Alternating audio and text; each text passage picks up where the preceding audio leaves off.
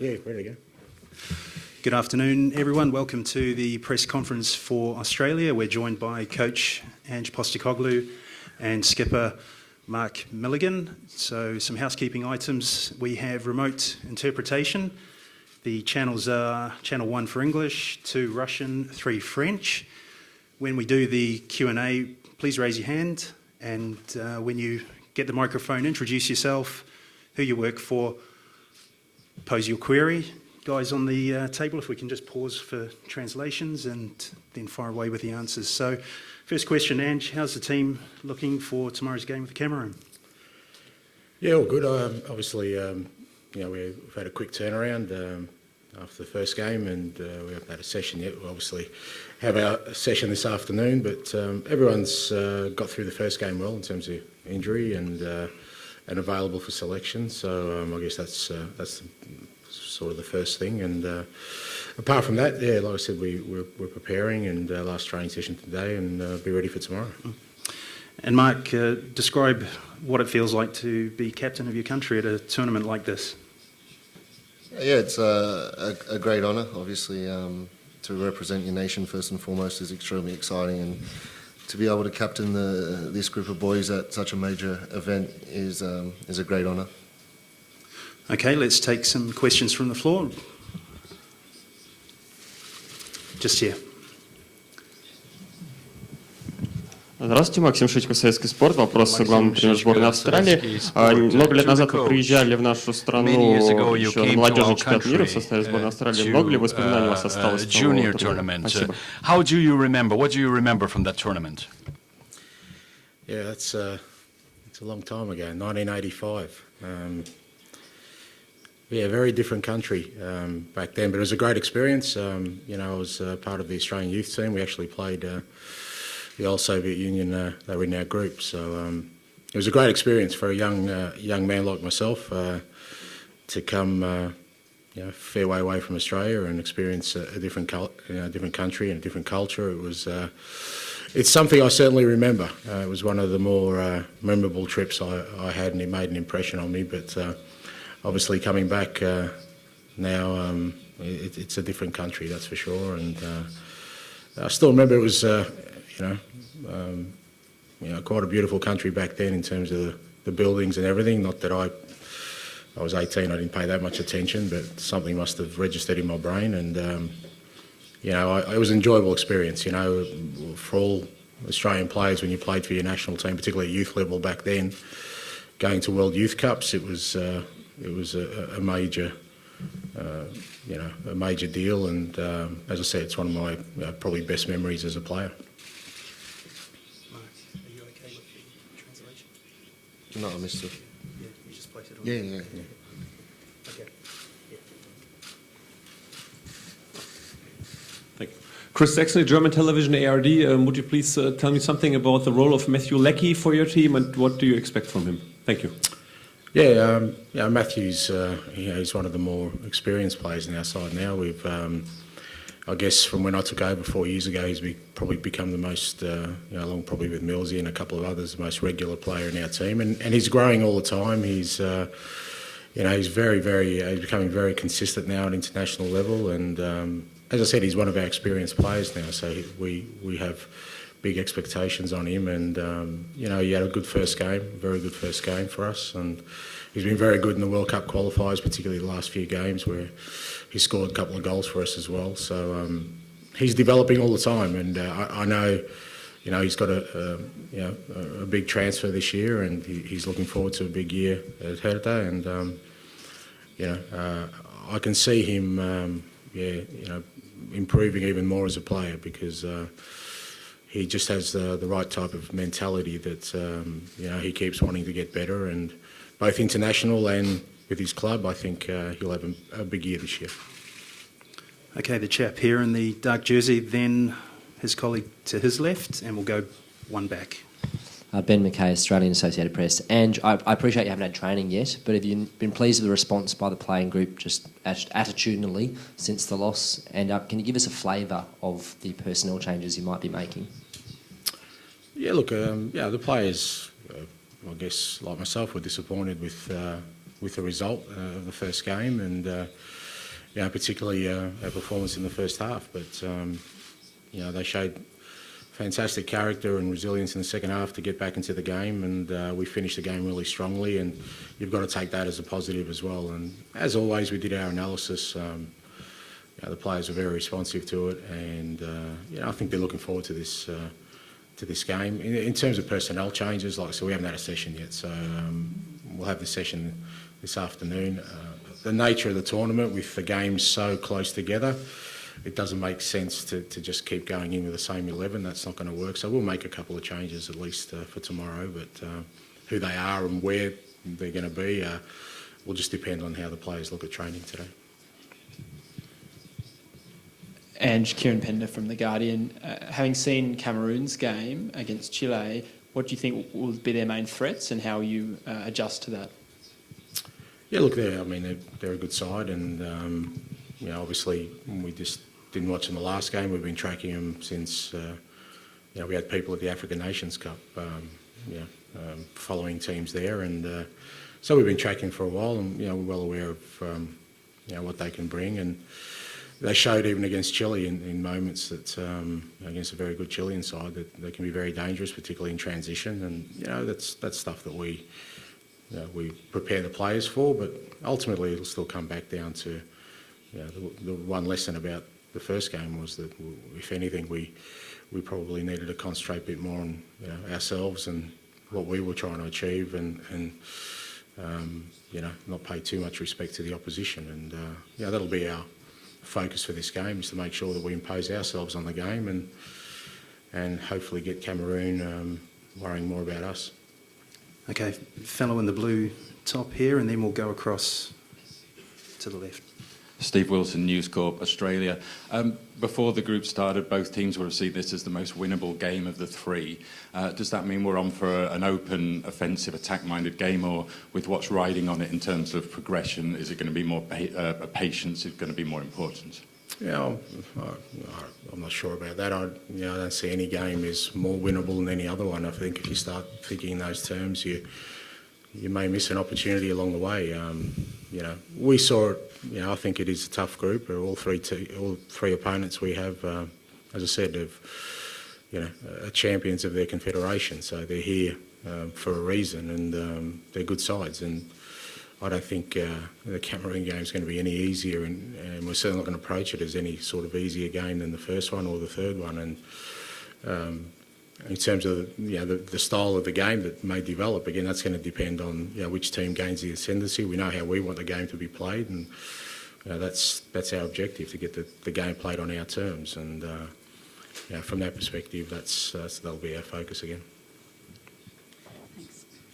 Hi, Ange. Mel McLaughlin, Opta Sport. And I just wanted to get your thoughts on a quote from earlier today. The Cameroon coach, Hugo Bruce, he was asked about the style of play of Australia and Cameroon, and he said they play two very different styles. Australia tries to play very direct, not many combinations, and they try to be ASAP at goal. Just want to get your thoughts on that. There'll be a few people in Australia pleased with that, because that's how they want us to play. But look, I mean, all that kind of stuff, I guess it just comes down to opinions, and if that's his opinion, then he's probably watching. I don't know what he's watching, but from our perspective, we certainly know, how we want to play our football, and I think, the World Cup winning coach saw it differently. So you've got two contrasting opinions. You can choose to believe who you like. Okay, just in front here, I believe. Sir?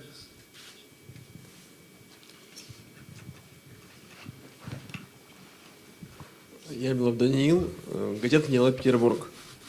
Вопрос Деловой Петербург к обоим newspaper. участникам конференции. A question for both Сборная Камеруна participants. утром жаловалась на The пробки Cameroonian в Москве и side Петербурге. today complained about Были ли у вас traffic проблемы and с road пробками, или, congestions может быть, in St. хотите Petersburg and пожаловаться Moscow. на Did что-то you другое, encounter что вас не such устроило problems, or maybe на you этом have турнире? other complaints, something you didn't like in this tournament? I haven't been out of the hotel, to be fair, so look, from our perspective, the organisation's been excellent. Training ground's been great, hotels have been very good, transportation's been pretty smooth, and security's first rate. So, not that we tend to complain too much as an organisation or as a nation anyway, but from my perspective, we haven't encountered any problems so far. Okay, just here. And then we'll go to the back. Just me again, Ange. Just wondering, I just wanted a word on Danny Vukovic. Must be pleasing to see another player going overseas and performing on a big stage. Yeah, it's great news. I mean, he's. I said, I think last time the first camp he came into that he was in great condition, and you always stack him up with whoever comes in with the guys who are already in the team. We've got two very good goalkeepers already, and Danny didn't look out of place, and it's great for him, and I guess great for us because we get another player playing in a top league, and it adds to our depth in an area where we're already strong, and that helps. And it's a great incentive for guys, and it's a great story. I mean, that dream of, for the ones who have of playing overseas, it shouldn't diminish because you're a certain age or you've had certain experiences in the past. And certainly when you're with the national team, you get that opportunity every time you represent your country that potentially something like that could happen. So, yeah, pleased for Danny, and more importantly, I guess pleased from us from a national team perspective that in a strong area of the park, to be fair, with goalkeeping, we've got another player who will be playing at the highest level. Okay, gentlemen on our left, and then we'll go here. Ange, there's been a lot of debate back home about tactics and formations and the performances this year so far. What would a win over Cameroon what message would that send to the critics back in Australia? There's two separate things there. I'm absolutely over the moon that there's debate. That's exactly what I want. And it's good to see the debates, not just the usual empty vessels. There are some new voices that have got strong opinions, both for and against what I'm doing, but that's exactly what we need. If we're going to grow as a nation and really find our identity, it's going to come through vigorous debate, and if that's happening, I think it is. It looks like it is happening. I think that's a massive positive for our game. In terms of the critics, they were there 20 years ago. They'll be there in 20 years' time, I reckon. So we move on. Lucy Zelich, SBS Television Australia. This one's for Millsy. Millsy, you won't get the opportunity to train on the stadium surface. Do you expect that to be a hindrance? No, I don't think so. From everything I've heard, our training facilities here, like in Sochi, are amazing. So I think it's just more important that we get out as a group again, and I don't think it really matters where we prepare in terms of the pitch. I'm sure we'll get all our work done this afternoon and be ready for tomorrow. Millsy, this one's for you. As captain, when you go out there, we know that maybe in that first half in the other game, which we won't talk about, there was maybe a bit of a nervy start, some of the players said afterwards. What will you be saying as the leader to some of these young players to sort of make sure that doesn't happen again?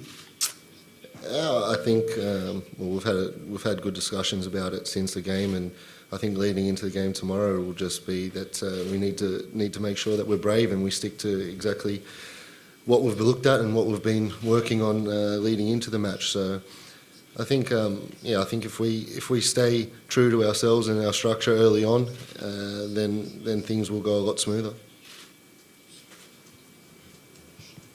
Question for Ange, David from SNTV. Both sides have conceded a lot of goals recently. I'm just wondering, from a coach's perspective, in a tournament with such short time between games, how difficult is it to rectify that before such an important game tomorrow? Well, I mean, I think if you need to rectify things that drastically,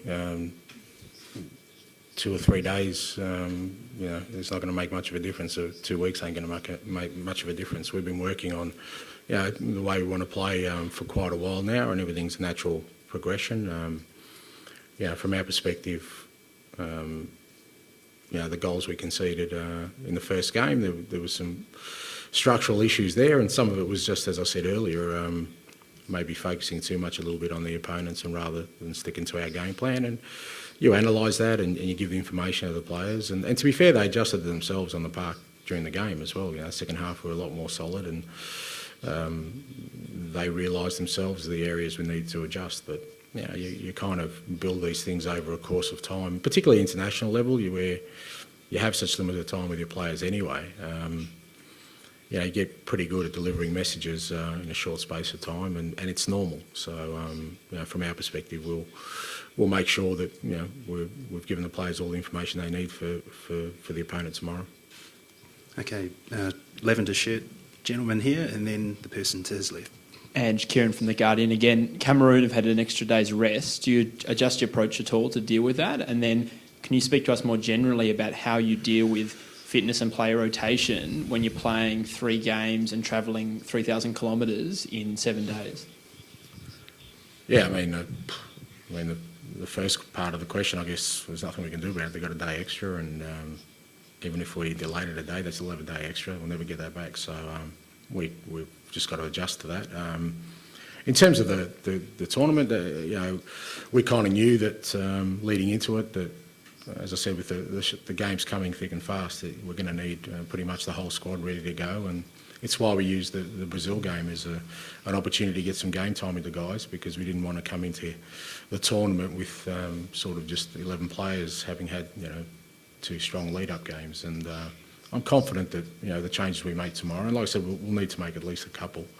The players coming in are match fit, which is the most important thing.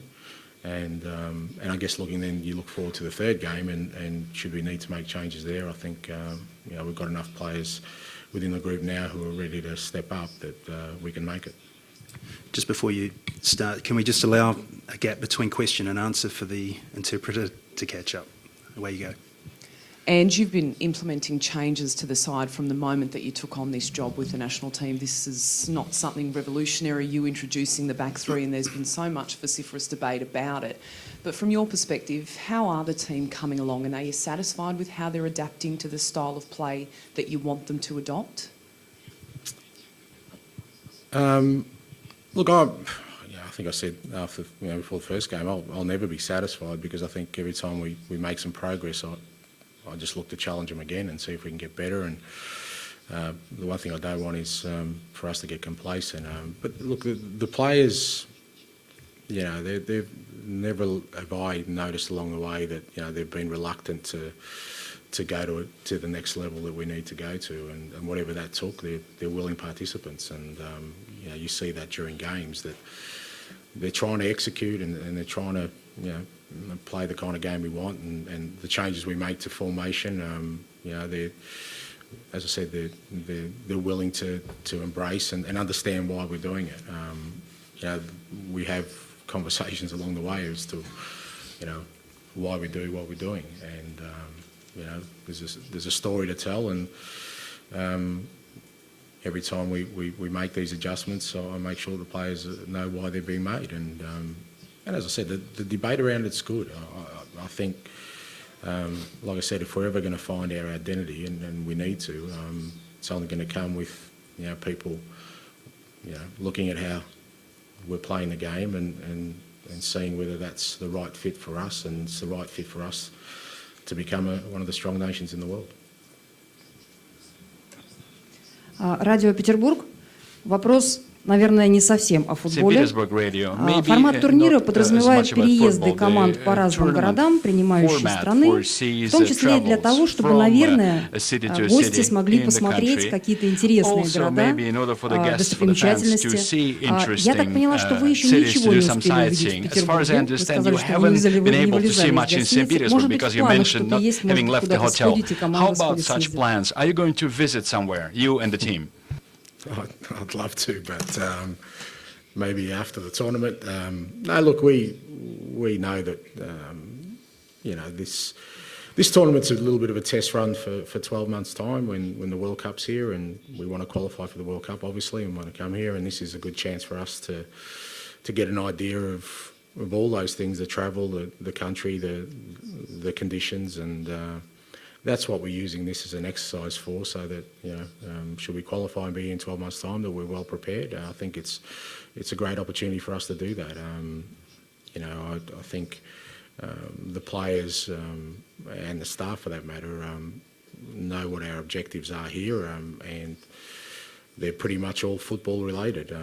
You don't get a lot of time in between games, as I said, particularly with the travel. But that's similar to Brazil and the last World Cup. And like I said, if we can get our process right and understand what it's going to take to move around in a World Cup and what we're going to face, then maybe it gives us advantage in 12 months' time. So the sightseeing will wait for another time. We still have time for a couple more questions. No? Okay. Ange, Mark, thank you very much. Thank you. Thanks. Also, before the press leave, we have a shuttle service running from...